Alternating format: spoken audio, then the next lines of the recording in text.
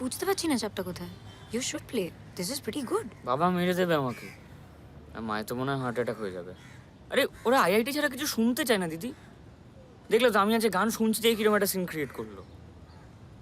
কিন্তু আমি তো বাবার থেকে শুনেছিলাম যে কাকা নাকি একটা পয়েন্টে খুব গান ভালোবাসতো, মানে গান পাগল ছিল নাকি। তাহলে এরকম হিপোক্রেসি কিভাবে হয়? বাবা গান পাগল ছিল? হ্যাঁ। দেখে কখনো তোমার মনে হয়েছে? কখনো গান শুনতেও দেখেছো তুমি? আরে তোর জন্মানোর আগেও তো কাকার একটা লাইফ ছিল নাকি? তখন নাকি গান ছাড়া কিছু ভাবতেই পারতো না। এইটা আমার একদম বিশ্বাস হয় না। মানে সেটাই যদি হতো অ্যাটলিস্ট আমার একটা গিটার কিনে দিত। তোর গিটার নেই?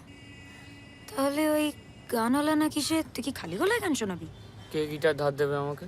আর ধরো গিটার ধার দিল, সামনে অতগুলো অডিয়েন্স, হ্যাঁ, উঠলাম, কি করে অত সাহস হবে বাজানো? ধরো খারাপ হলো আর একটা টমেটো ছুঁড়ে মারলো, ডিম ছুঁড়ে মারলো, ছাড়, ওটা একটা স্বপ্ন আমার।